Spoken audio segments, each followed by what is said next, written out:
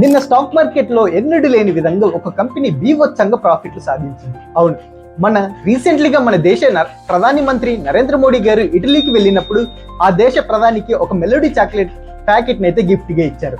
దాని తర్వాత ఆ మెలోడీ చాక్లెట్లు అయితే అవుట్ ఆఫ్ ది స్టాక్ అయిపోయాయి. ఈ మెలోడీ చాక్లెట్ ఏ కంపెనీకి సంబంధించిందంటే పార్లేజీ ప్రొడక్షన్ ప్రైవేట్ లిమిటెడ్ కి సంబంధించింది. అయితే చాలా మంది స్టాక్ మార్కెట్ ఇన్వెస్టర్స్ ఏమనుకున్నారంటే ఇప్పుడు ఇది అవుట్ ఆఫ్ ది స్టాక్ అయిపోయి ఆల్సో నరేంద్ర మోడీ గారే ప్రమోట్ చేసినప్పుడు దీని ఫ్యూచర్ లో ప్రాఫిట్లు చాలా వస్తాయి అనుకొని దాని షేర్లు అయితే కొనడం మొదలు పెట్టారు. అయితే ఇది ప్రైవేట్ లిమిటెడ్ కంపెనీ కాబట్టి ఇది ఇంకా లిస్టెడ్ కంపెనీ అయితే కాదు. అయితే స్టాక్ మార్కెట్ లో పార్లేజీ ఇండస్ట్రీ అనే ఒక లిస్టెడ్ కంపెనీ అయితే ఉంది.